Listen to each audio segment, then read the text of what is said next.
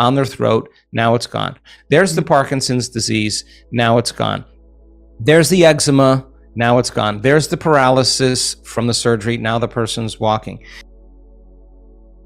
Hello and welcome to the Pacific Channel. I'm your host, Steve Doherty. In this audio clip, a woman asked Dr. Joe Dispenza why it's so damn hard, that's the way she said it, to get to the place of belief or knowing. I think she's referring to believing or knowing that you can heal yourself of anything and attract anything that you want. She's going to also ask, what are those big hurdles for people to get over? One is the time to do it, time to meditate, she means, and the other is being in it or doing it properly. So she's basically asking, why is it so hard to embody the feeling that you need to have to create that mystical experience or miraculously heal yourself? She's also going to say that there are so many blockages and that it's a difficult thing to achieve. Dr. Joe really doesn't address the blockage part of the question, but after they discuss everything else, I'd like to make a point about that. This woman asked a number of good questions. A lot of us struggle with the same thing. We do the work, we do the meditation, we may even have what feels like a mystical experience, but then our physical problem is still there, for example. Or we do the work, we meditate every day, but we don't ever have a mystical experience. Dr. Joe starts off answering the question about why it's so hard to get to that place of belief or knowing by saying that it's easier to forget what we've learned than it is to remember, and that we are so wired for limitation, right? He says that one of the most important things is having the right information. If knowledge is power, then knowledge about ourselves is self-empowerment. Next, he's going to say that you've got to understand the information so well that you can explain it to someone else, which is proof that it is wired in your brain. When you understand it, then you are prepared to have the experience. So you must understand what you are doing, why you are doing it, and you must assign meaning to the task. When you make meditating a priority and make it important by assigning meaning to it, then you'll get much more out of it. Also, Dr. Joe is about to say that if you really understand the what and the why, then the how becomes instrumental. When you have the experience and create the new emotion, you are training the body to adapt to the new chemicals and hormones. This is where the new programming happens, and this is why it's so important to do it often. It's really kind of ironic, right? But our job is to teach and train your body that feeling good is a good thing, especially if we are used to feeling down and depressed. Let's listen to Dr. Joe explain it now, and then we'll discuss it in more depth. I'm your host, Dr. Joe Dispenza. Let's begin. Well, you just landed on... I have two things I want to ask in mind, but the first was, why is it so damn hard? Like, why is it so hard to get to that place where you can, whether it be believe that leads to knowing, like why, what are those big hurdles for people to get over? And, one is making the time to do it, but then there's like being in it and actually in it being hard. Like I struggle with that sometimes. Where you really to embody the feeling and to really like get yourself there. It feels like there's so many blockages. It's a difficult thing to achieve. Yeah. Well, I think it's so much easier to forget this information than to remember it. I think we're wired, so wired for such limitation, and as I said, my belief about human potential has changed so dramatically. So the first thing I think is so valuable is this information, and the right information. Sure. We do our best to combine quantum physics with neuroscience, with neuroendocrinology, with psychoneuroimmunology, mind-body connection, epigenetics, protein metabolism, cellular biology, electromagnetism. Why? Because if knowledge is power, knowledge about yourself is self-empowerment. So every time you learn something new, you're forging connections in your brain. But the research shows if you don't repeat it, you don't review it, you don't think about it, they prune apart within hours or even days. So if learning is making those connections, then remembering is maintaining and sustaining them. Okay, so if you can build a model of understanding with people, and nothing is left to conjecture, nothing is left to superstition, nothing's left to dogma, and they can learn that information, and instead of getting on their cell phone and scrolling through their social media or looking at whatever, watching TV or getting distracted, if they learn that information and they have the opportunity to teach it back to somebody, and they begin to share that information right in the event, right? And it's like so the retreats. In the retreats, yeah. when you give information to people, you're like, okay, now talk about it to each other, and we stop and we talked about it, and it become, if you don't understand the information well enough, you can't explain it. Yeah, it's not wired in your brain, but if you can explain it, you're installing the neurological hardware in your brain for what?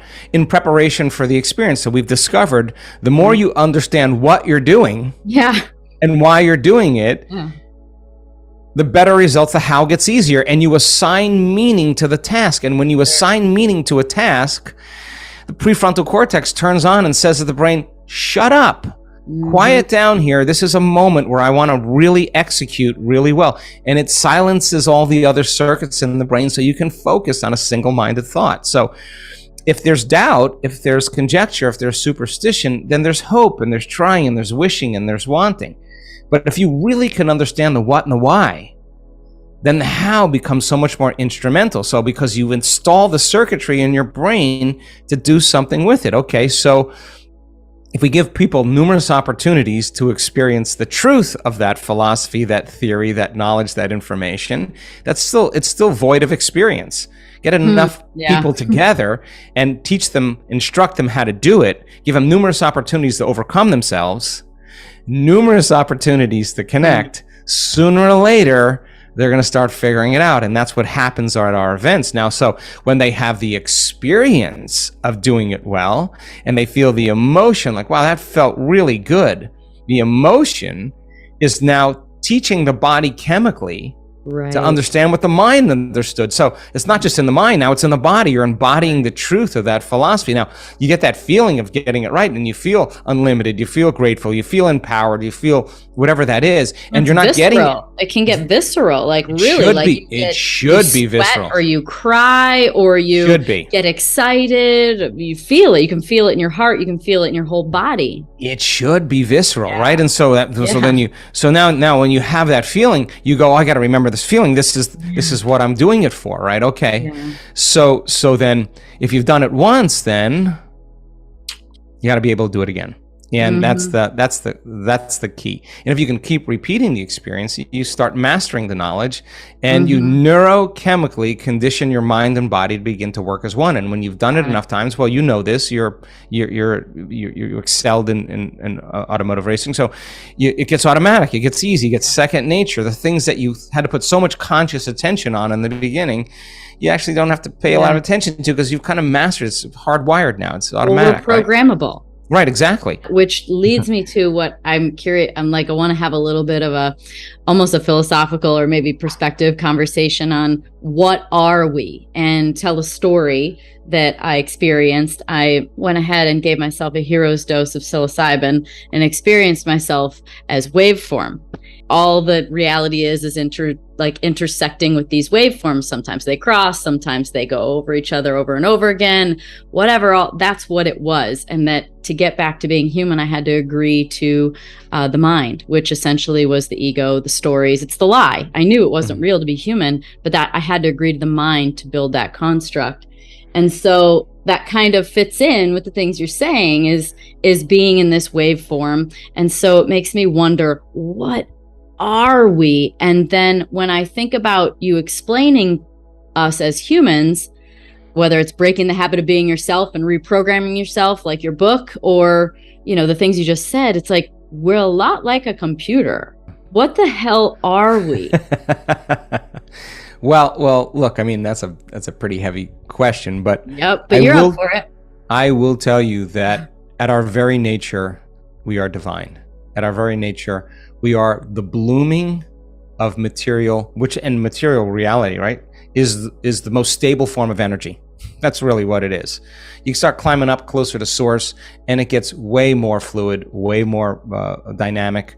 But matter is the slowest frequency that we perceive with our senses, and so that 1% of reality that we perceive, don't exclude yourself in that equation. You're part of that. There's a 99% of the unknown self that has fallen source from singularity, from oneness, from wholeness, from pure love, all the way down into density, fooled by our senses into the illusion of separation. Why did we come from source? Because we're one, and then what if we were many? And what if is there anything else but oneness? And that question starts the whole journey of every single person having a piece of source in them to answer the question, to explore, how big is eternity? How much can we experience? And now the journey is down into density, and then you experience everything, and then all of a sudden you get to a point where nothing is making that feeling of emptiness go away. And you ask the same question. This is when the soul wakes up and you start wondering, is there anything else besides this? Is this it?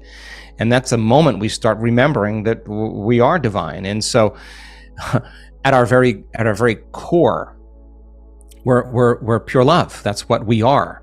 And so then the journey is to discover the unknown self. The journey is, can I heal myself? If I heal myself, can I heal somebody else? Which is, we have data to show that you can. If I heal myself and I heal someone else, can I heal someone else at a distance? We have data to show that you can do that. These are all new experiences. Yeah. And the feelings that come from the experience of people who are actually healing another person is a feeling that's transcendent of anything in the three-dimensional world.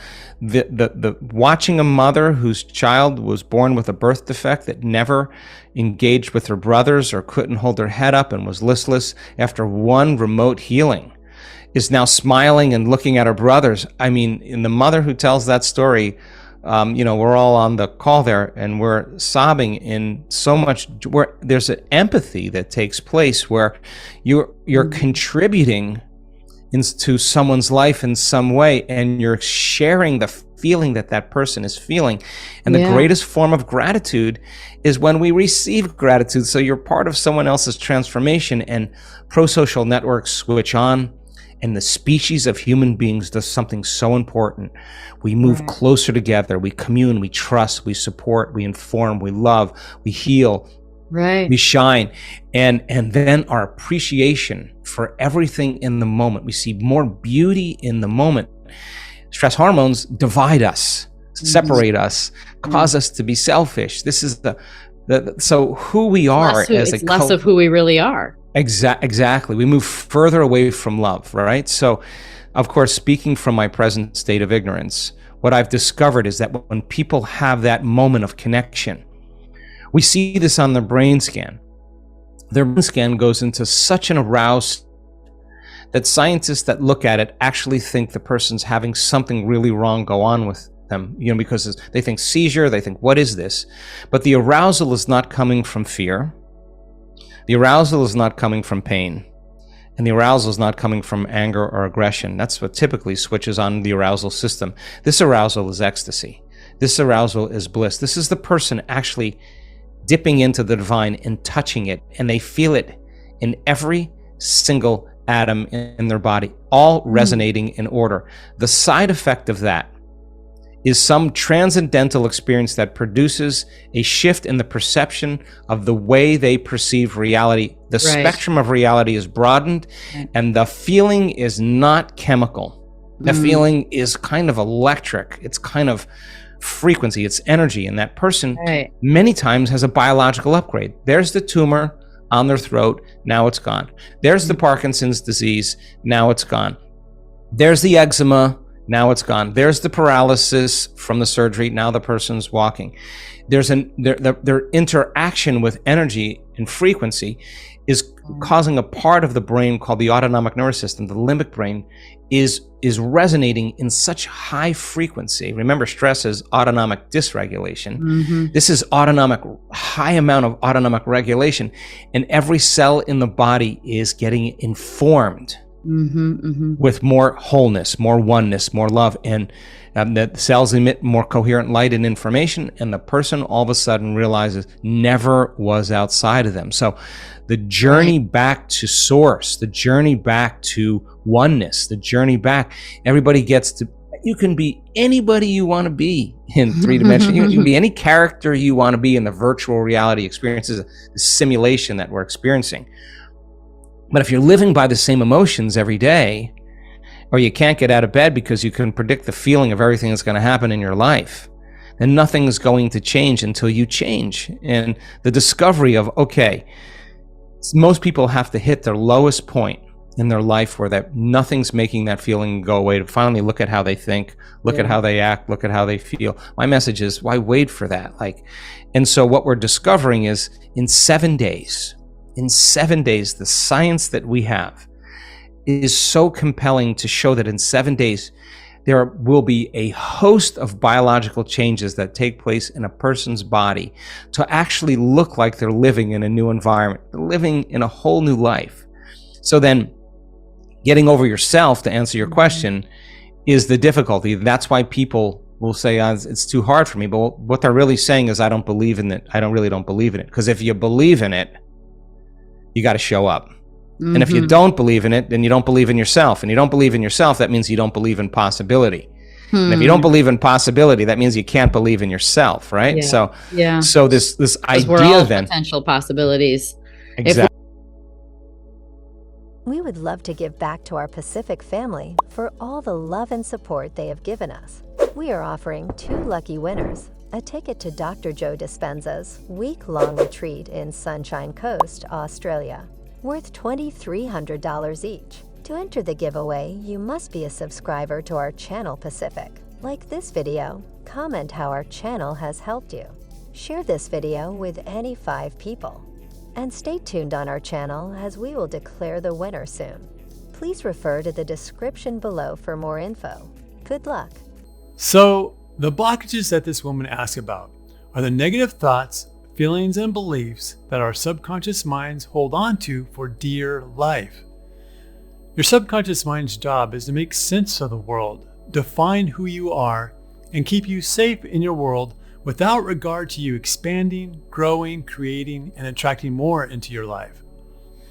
My point is that if you don't remove those blockages somehow, then more than likely, no matter how hard you try and no matter what you do, it will be very difficult to improve your life. To me, that's where a healing modality tool like EFT is best used to remove those emotional blockages. So, Dr. Joe said that when you get good at meditating, your emotions then teach the body chemically. It's no longer just in the mind, it's in the body. You're teaching the body the emotions of feeling unlimited, or grateful, or empowered. Then it's just a matter of remembering that feeling, and if you've done it once, then you can do it again. Then he said that if you can keep repeating the experience, you start mastering the knowledge, and you neurochemically condition your mind and body to begin to work as one. And then you just do it until you get to the place that it's automatic. But what is it? What are we really doing here? What is the real goal? The goal is to raise your vibration to where your normal emotional countenance is around the vibration of love, joy, bliss, passion, and satisfaction, those higher vibrational feelings. The goal is to feel these good feelings as much of the time as you can. That's all. It's not rocket science, but it's not exactly easy to do if you aren't close to that feeling most of the time. The reason why it might seem hard to meditate is that in the beginning, you may not see any results. Nothing may seem to happen when you meditate other than you just feel relaxed and more peaceful. The work is to get the body conditioned to accept and even desire and want to have the new chemicals that the elevated emotions like gratitude and compassion create. I think the problem for most of us is that we think that feeling grateful or appreciative or even just better than what you feel right now is just not that important. But nothing could be further from the truth. We don't get it that simply feeling better and better will lead to perfect health and lots of wealth.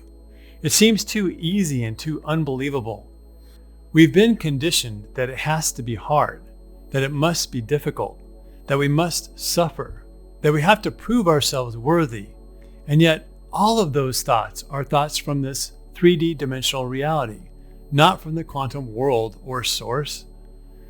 An additional problem is that we can't just raise our vibration during meditation and then go back to our normal stressed out way of life afterward. We must find techniques and processes to raise our vibration during the day. This is why a lot of law of attraction teachers teach processes and techniques to raise your vibration without meditation. There are many, many processes such as journaling, scripting how you want your life to be, writing about things that you appreciate, writing your goals every day, taking a walk, going for a hike, calling a good friend, putting yourself into the receiving mode by getting a massage or pampering yourself some other way. Just more things like that. Esther Hicks, in her book, Ask and It Is Given, has about 20 processes that you can do to attract perfect health and more abundance into your life. But back to another question this lady asked. She says that we are a lot like a computer and asks, who the hell are we? Dr. Joe's response is that we are divine, but we only perceive of 1% of reality, and we are included. Then he said that we came from Source, and he asked, why did we come from Source? In other words, why did we come from Source down to Earth? His answer was that we are all one, that all of us are a piece of Source, and that we are here to explore oneness. I'd like to try to expand on this a little. The basis of life is freedom, the purpose of life is joy, and the result of life is expansion. We are divine, powerful, spiritual beings having a human existence, and we are the leading edge of Source, not the other way around. We constructed a world of limitation and lack so that we could experience expansion and abundance. We created a world of contrast and difficulty so that we could clarify what we want and what we prefer. And we knew that we had access to the power that creates worlds. But when we got here, we were taught otherwise. And some of us preferred to be born into a more contrasting life than others because we wanted to experience the bounce from difficulty to bliss, from hard times to good times. Not one of us wanted to be born into a feathered nest because we wouldn't get as much of a chance to embrace our powerful, spiritual, creative selves. Without contrast, there would be no photograph. Without contrast, there is no expansion. So in other words, be easy about all of this. It's all good. Nothing has gone wrong. No matter where you are in life, it's perfect. And things are going to get better and better for you now that you know how it all works. Please hit the like button if you enjoyed this video. If you haven't already, please subscribe as well. Additionally, if you want to be eligible to win a free ticket to one of Dr. Joe Dispenza's week-long courses, please share this video to 5 of your friends. As a further reminder, we will hold our first free Law of Attraction and EFT healing session on Saturday, January 21st at 10 a.m. Pacific Standard Time. For registration, please provide your email to the one shown in the description below. We will give you a client intake form that includes questions about what you hope to gain from the session, what you hope to heal, and a few other topics. I'm looking forward to seeing some of you, and I sincerely hope everyone who comes will find it to be a very beneficial experience. And now, if you have any questions, please ask them below. I'd love to answer your questions. I appreciate you very much, and I'll see you in the next video.